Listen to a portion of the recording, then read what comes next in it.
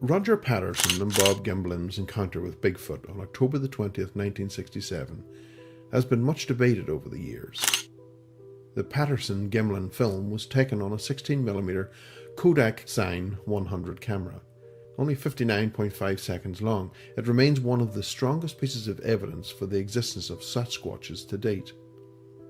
The footage was filmed along Bluff Creek, a tributary to the Klamath River, about 25 logging miles northwest of Orleans, California in Humboldt County. The film site is roughly 38 miles south of Oregon and 18 miles east of the Pacific Ocean. For decades, the exact location of the site was lost, primarily because of regrowth foliage in the stream bed after the flood in 1964. It was eventually rediscovered in 2011. It is just south of a north-running segment of the creek, informally known as the Bowling Alley. Patterson died of cancer in 1972 and maintained right up to the end that the creature in the film was in fact real. Patterson's friend, Gimlin, has always denied being involved in any part of a hoax with Patterson. Gimlin mostly avoided publicly discussing the subject from at least the early 1970s until about 2005, except for 3 appearances when he began giving interviews and appearing at Bigfoot conventions.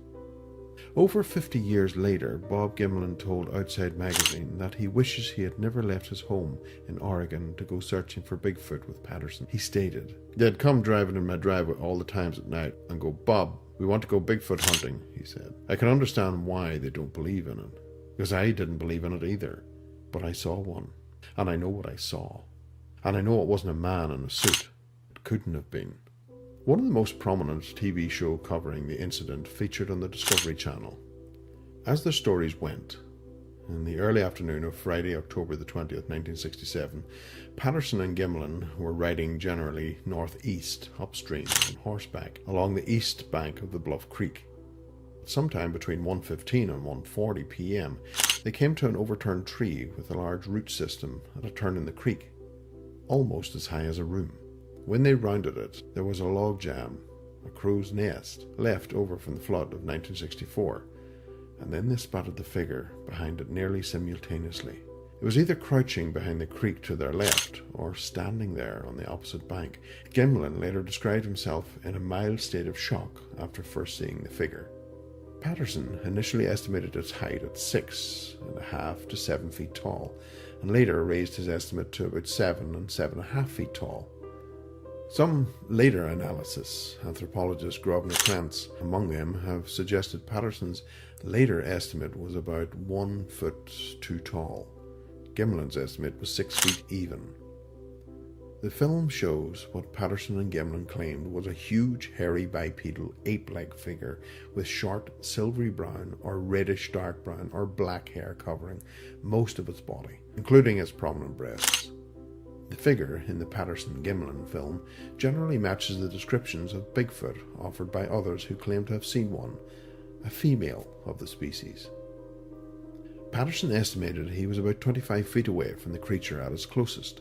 He said that his horse reared up, sensing the figure, and he spent about 20 seconds extricating himself from the saddle, controlling his horse, getting around to the other side and getting his camera from the saddlebag before he could run toward the figure while operating his camera. He yelled, "Cover me," to Gimlin, meaning to get out his gun. He crossed the creek on horseback after Patterson and ran well beyond it, riding on a path somewhat to the left of Patterson and somewhat beyond his position. Film analysts estimate he came within 60 to 90 feet of the creature. Then, rifle in hand, he dismounted, but did not point his rifle at it. The figure had walked away from them to a distance of about 120 feet before Patterson began to run after it.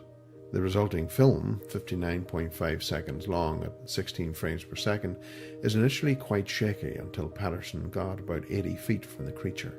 At that point, the creature glanced over its right shoulder at the men, and Patterson fell to his knees. On the map, this corresponds to frame 264.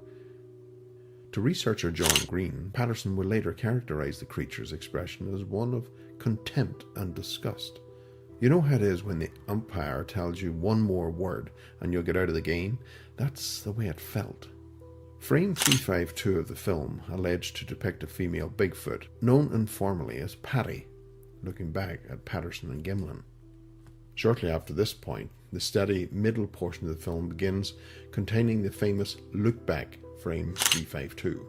Patterson said it turned a total, I think, of about 3 times. The other times, therefore, being before the film began, and or while he was running with his finger on the trigger.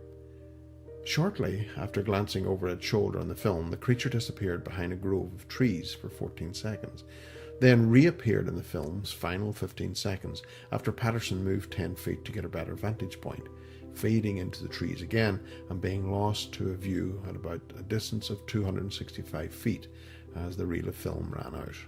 Gimlin remounted and followed it on horseback, keeping his distance until it disappeared around a bend on the road 300 yards away. Patterson called him back at that point, feeling vulnerable on foot without a rifle, because he feared the creature's mate might be nearby. The entire encounter had lasted less than 2 minutes. Next, Gimlin and Patterson rounded up the horses, which had ran off in the opposite direction downstream before the filming began. Patterson got a second roll of film from the saddlebag and filmed the tracks. Then the men tracked Paddy between 1 to 3 miles, but lost it in the heavy undergrowth. They went back to their campsite 3 miles south, picked up plaster, returned to the initial site, measured the creature's step length, and made 2 plaster casts, one each of the best quality right and left prints. At approximately 6:30 p.m., Patterson and Gimlin met up with Al Hodgson at his variety store in Willow Creek, approximately 54 miles south by road and 28 miles by Bluff Creek Road from their camp to the 1967 roadhead by Bluff Creek to Willow Creek. Patterson intended to drive on to Eureka to ship his film. Either at that time or when he arrived in the Eureka, Arcata area, he called Al Diatley, his brother-in-law in Yakima, and told him to expect the film he was shipping. He requested Hodgson to call Donald Abbott, whom Grove Krantz described as the only scientist of any stature to have demonstrated any serious interest in the Bigfoot subject, hoping he would help them search for the creature by bringing tracking dogs. Hodgson called, but Abbott declined. Krantz argued that this call, the same day of the encounter, is evidence against a hoax, at least on Patterson's part. After shipping the film, they headed back to their camp, where they left their horses. On their way, they stopped at the Lower Trinity Ranger Station, as planned, arriving at around 9 p.m. Here, they met Sal McCoy, another friend of Al Hodgson. At this point, Patterson called the Daily Times Standard News in Eureka and related his story. They arrived back at their campsite at about midnight.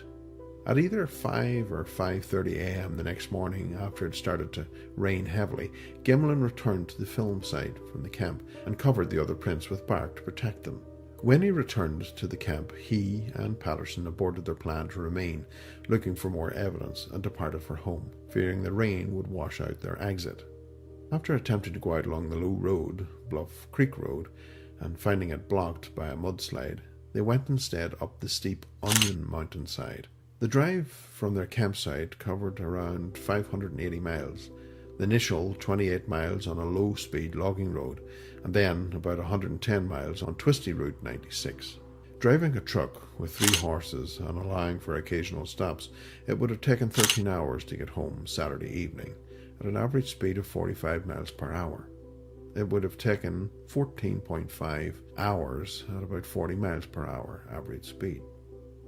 U.S. Forest Service Timber Management Assistant Lil Leverty said, "I and his team of 3 in the Jeep passed the site on either Thursday the 19th or Friday the 20th and noticed no tracks.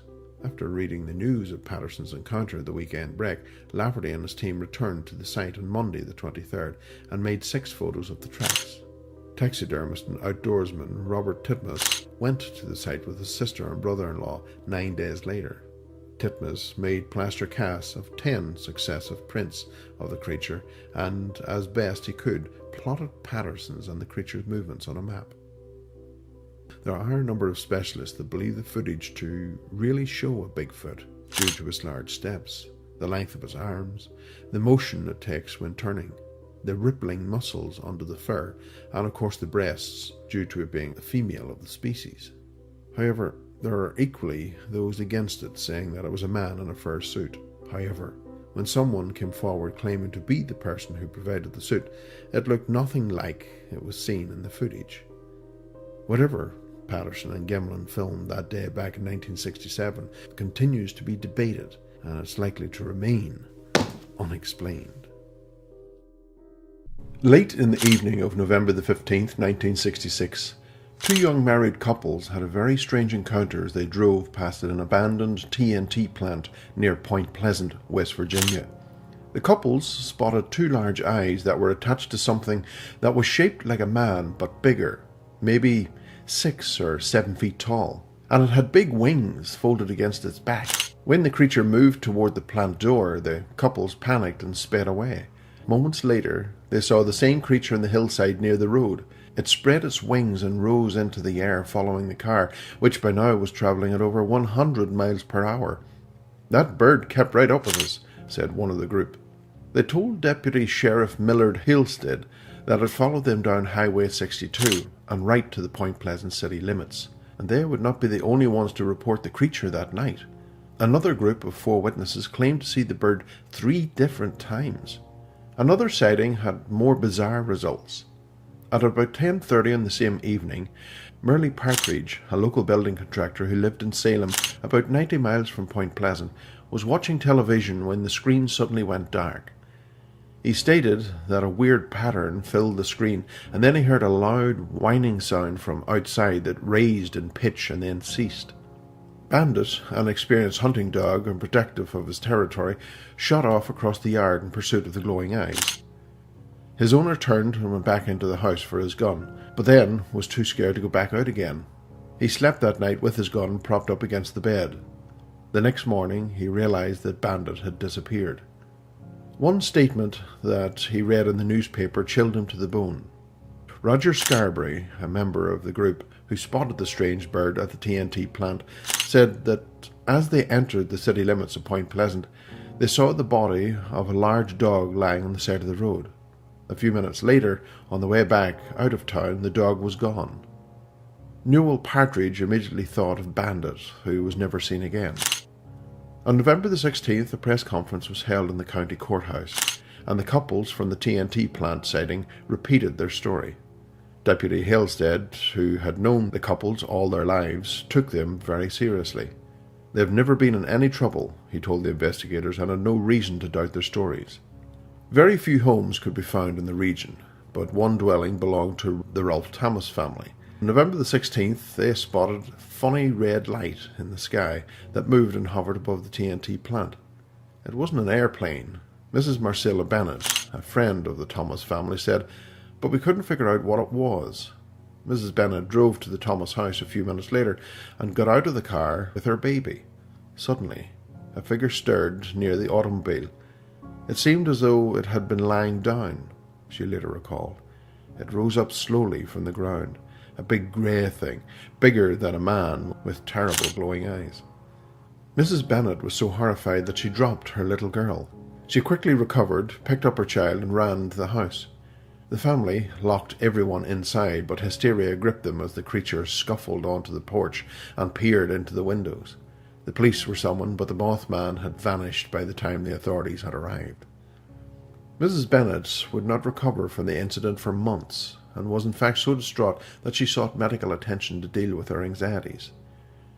She was tormented by frightening dreams, and later told investigators that she believed the creature had visited her own home too.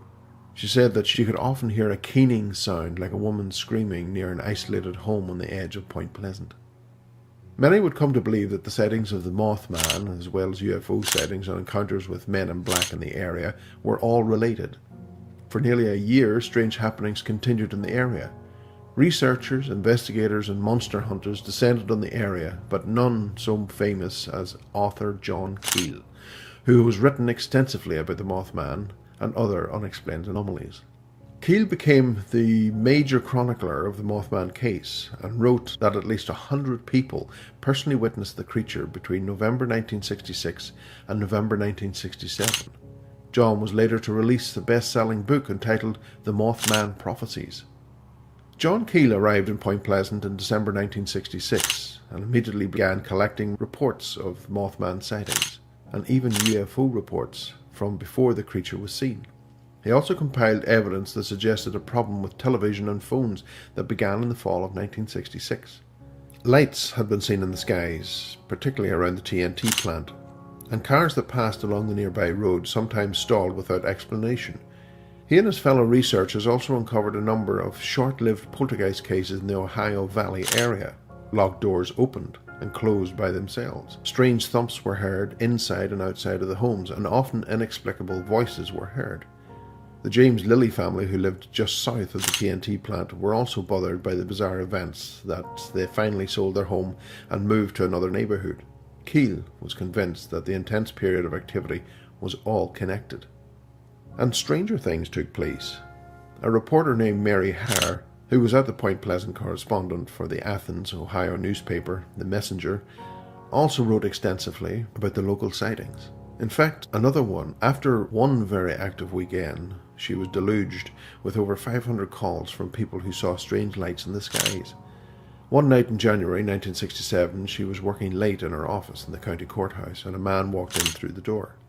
He was very short and had strange eyes that were covered with thick glasses.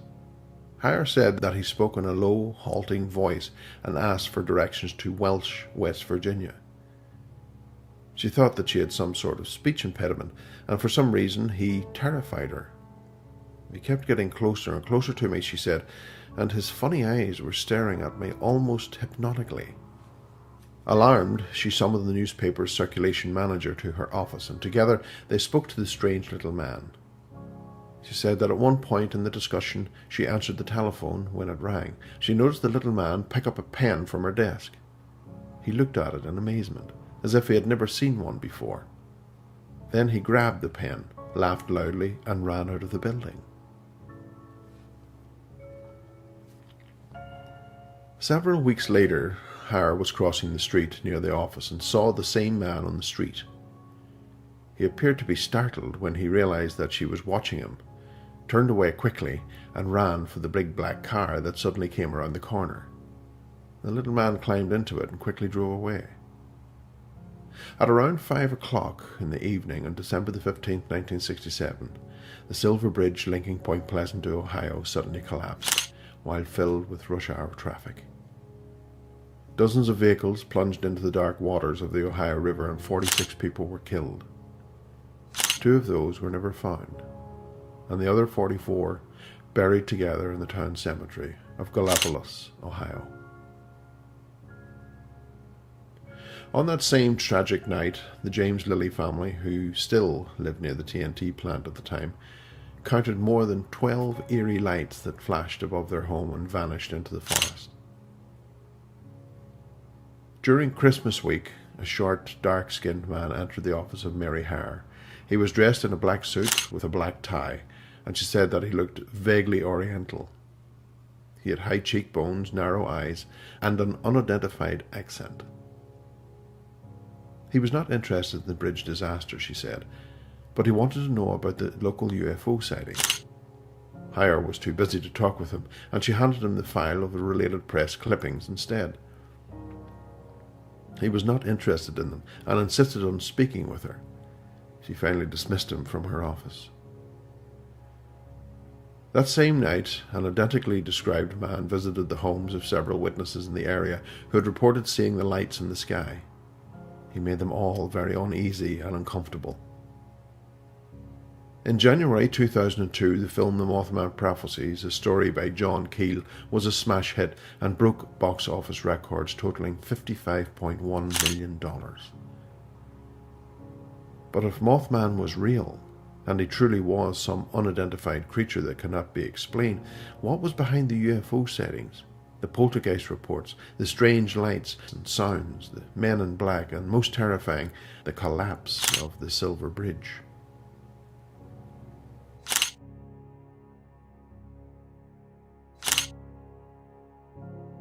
To date, there are still reports of the Mothman on occasion, as well as the odd, strange light in the sky.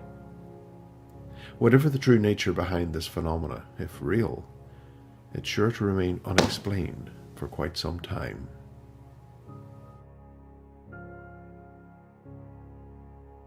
Ghostly manifestations of animals have often been discussed amongst paranormal investigators for many years. Such reported sightings go back hundreds of years. Some are simply myths and legends, but others are more substantiated. According to the Welsh myth Cwm Anon, many have been the original source for the legend of Herne the Hunter, who was said to have a pack of ethereal white dogs that were responsible for terrorizing small towns. Also, Aron, the Lord of Winter, and his black hounds of hell supposedly roamed the hillsides looking for human souls. There are many similar stories throughout Scandinavia, Germany, and other parts of Britain. Phantom hounds are known by many names. In Devon, they are known as Yeath. In Cornwall, they are known as Dando. In Somerset, they are called Girt dogs. The people of Norfolk call them Old Shuck, similar to those in Suffolk, which are called Old Shook. In Yorkshire, they are also known as Bar Geest, and in North England they are referred to as Gaitrash. The Welsh referred to them as Gewisgi, and in the Isle of Man they were called Martoduo. Even the Irish had a name for them, the Poka. It is interesting to note that the name Shook and Shuck may well have derived from the word Suka, meaning demon in Old English. Throughout the ages, the representation of phantom hounds have changed somewhat. They were known to be larger than normal dogs, often black in colour. Some headless, some with heads and only one eye, some with wings, some that walked on the hind legs. It was even said that they could shapeshift into different animals, be it a cat, a pig, or a bird. Nowadays, they are mostly described as large black dogs with red glowing eyes. The Great Chart Phantom in Kent is said to be such a beast that appeared in a church hall several centuries ago, attacking the congregation before disappearing into a gulf of fire. Newgate Prison in London was also reputed to have a phantom hellhound. The legend dates back to the time when Henry III was in reign. During a period of extreme famine, prisoners were forced to feed upon each other. A rumoured witch that was the victim of cannibalism was heard to place a curse upon the inmates. The following night, a terrifying beast materialized with glowing red eyes. According to the legend, the beast attacked the inmates, ripping them from limb. Some of the prisoners fell to the floor, and on inspection it was presumed they had died from fright, their faces paused in the expression of sheer terror. The Phantom Hound was said to haunt the prison right up till 1902, when the building was demolished. However, strange putrid odours are still reported at the location, along with the occasional sighting of the hound, which suggests this vengeful harbinger is not confined to the writings of legends and myths. Residents of Ho Benham, a small village near Newbury, Berkshire, was also known to have a phantom that wreaked havoc through the darkened streets. However, this time it was not a hound, but a pig. On December 2nd, 1907, Oswald Pittman and his friend Reginald Wadd were painting the garden fence at Laburnum Villa. It was a cold winter's morning, and the two men were waiting for the arrival of the milkman, so to get themselves a hot drink. At 10 a.m, Oswald walked up to greet the milkman, and noticed his friend, Miss Clara Mills, walking up the path. Clara had come over to lend a hand. But as Oswald looked, he noticed something strange. At first he thought Clara brought along her favourite dog, but as she got closer he noticed that it wasn't a dog at all. In fact, it was a very large white pig, with an unusually long snout. The pig was about 10 feet behind Clara, following her up the path.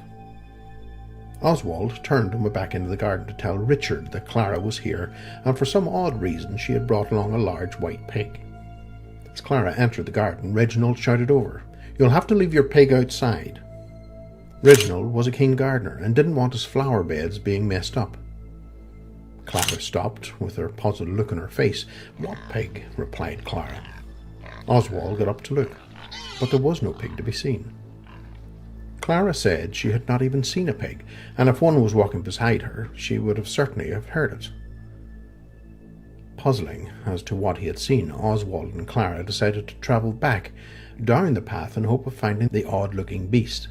They made their way back down the path, asking people on the way if they had seen the pig, but no one had seen anything. The pig had simply vanished.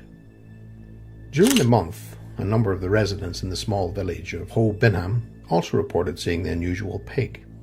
Many described the pig as large, white, with an unusually long snout. Oswald, still baffled as to what he had seen, later reported the incident to the Society of Psychical Research whilst visiting London for a few months. SPR investigated Oswald's claims, but could not find the mysterious pig. It wasn't long before the residents of Ho Binham started to believe the pig was some sort of ghost, and that seeing it was a warning of coming illness. SPR noted that it was unusual to see a pig in that location during December of 1907, as pig fever was common, and most, if not all, of the pigs in the vicinity had been killed in hope of culling the quickly spreading illness. To date, the ghost pig of Ho Binham is still talked about, and occasional visitors to the village report seeing the odd-looking pig. Welsh folklore also talks of numerous ghostly animals, which include the sightings of phantom horses.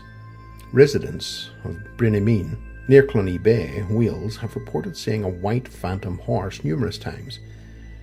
Michael Ford, a local resident, was driving to work on Wednesday morning.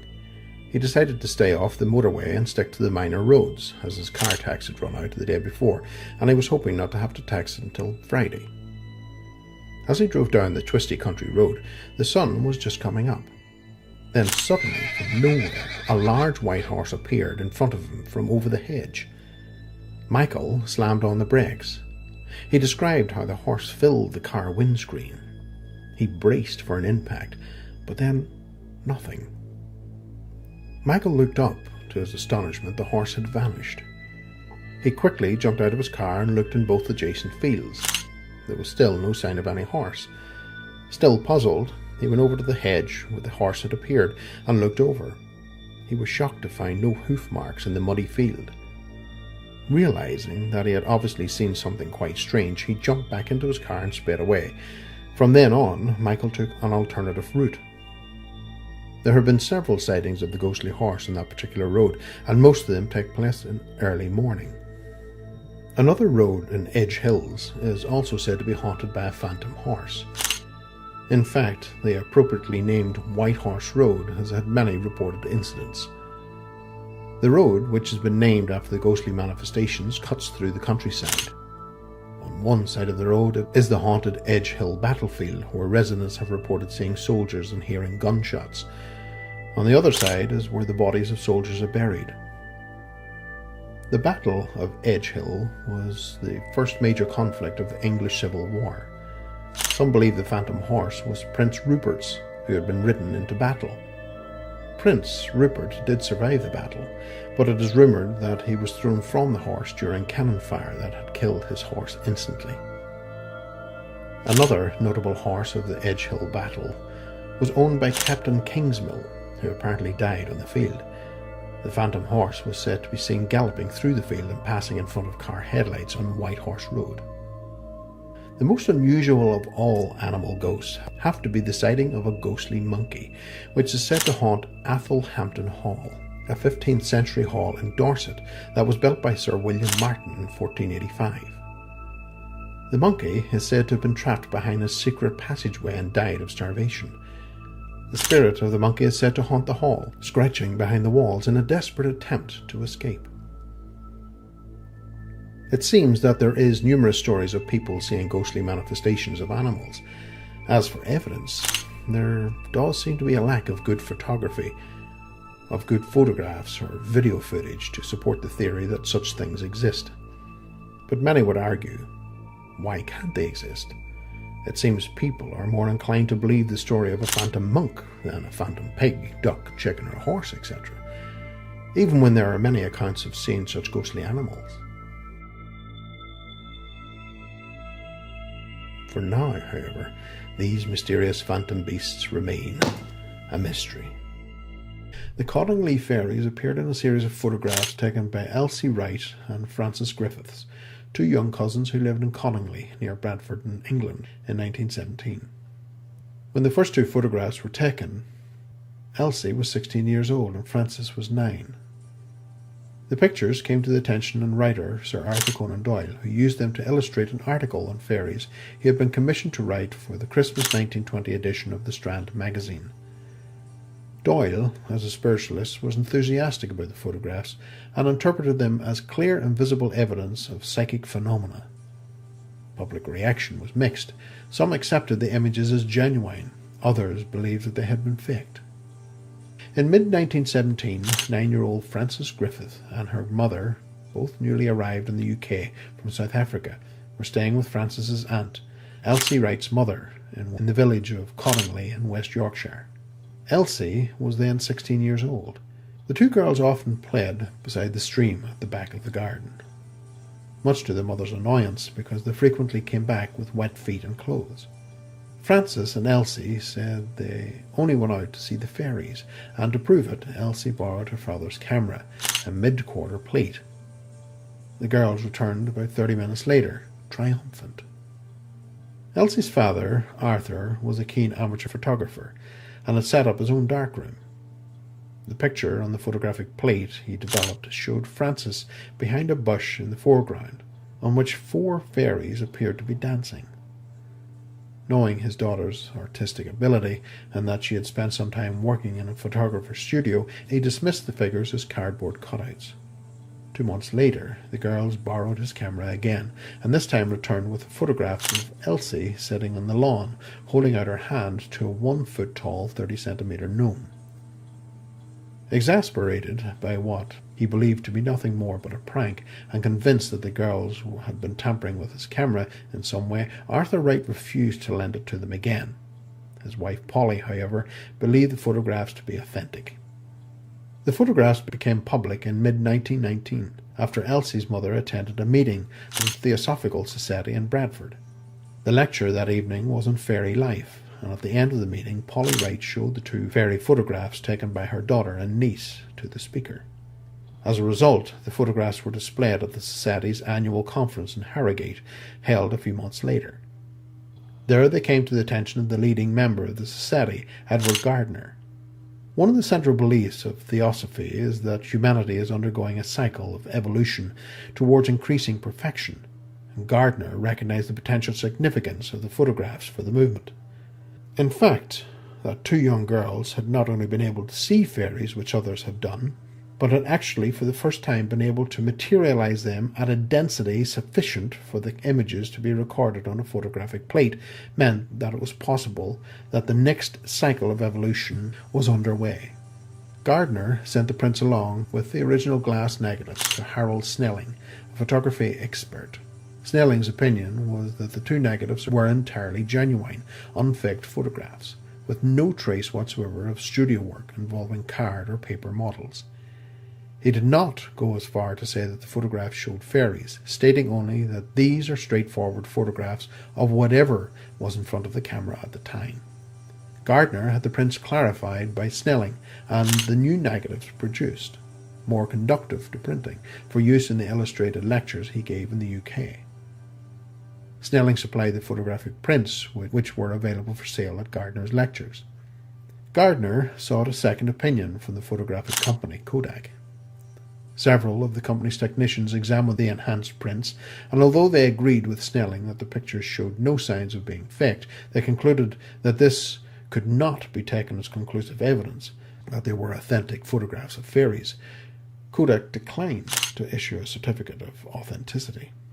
Elsie's father told Gardner that he had been so certain the photographs were fake that while the girls were away he searched their bedroom and the area around the stream looking for scraps of pictures or cutouts, but found nothing incriminating.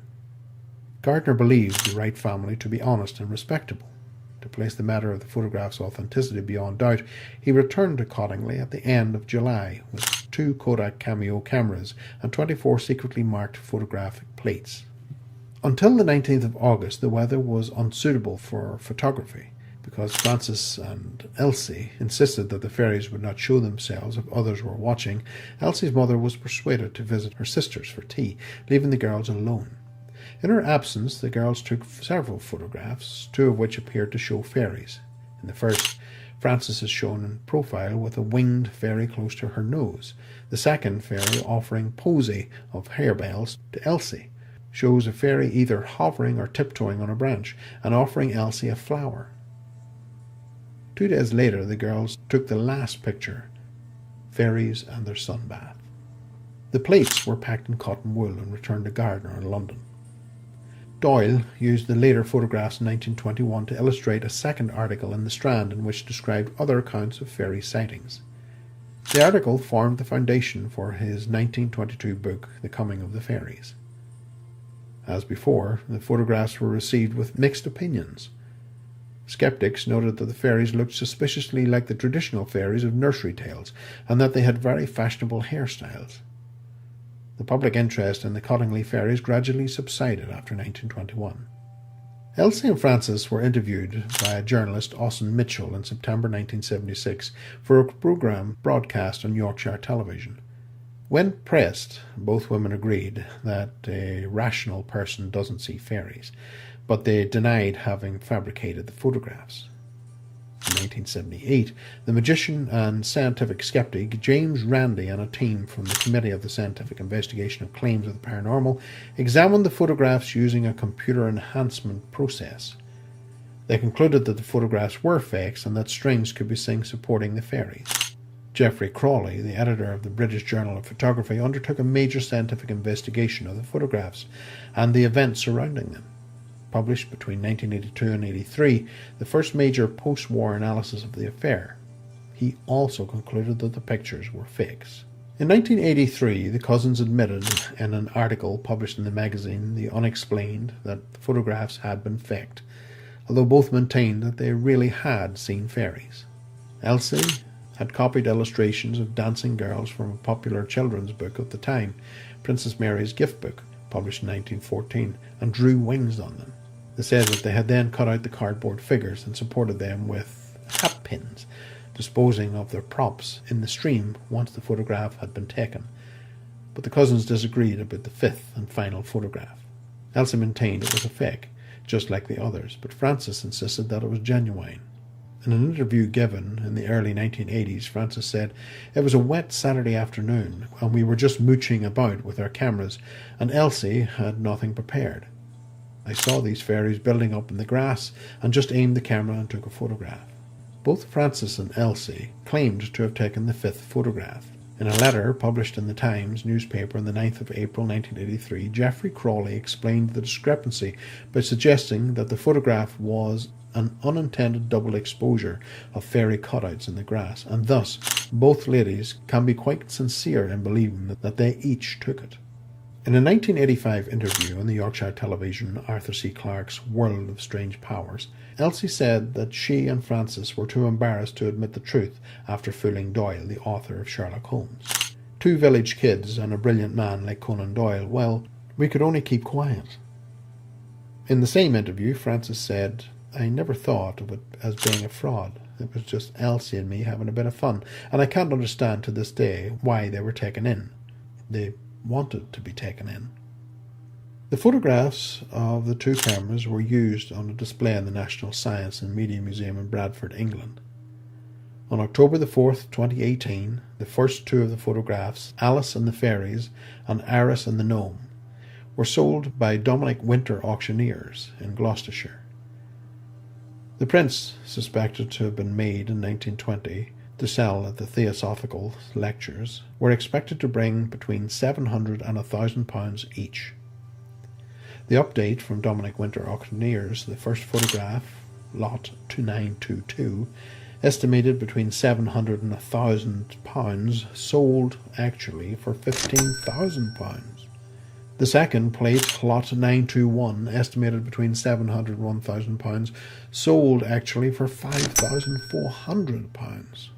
Due to the considerable amount of research carried out and confessions from those who created the photographs, the fairies of Cottingley are considered a hoax.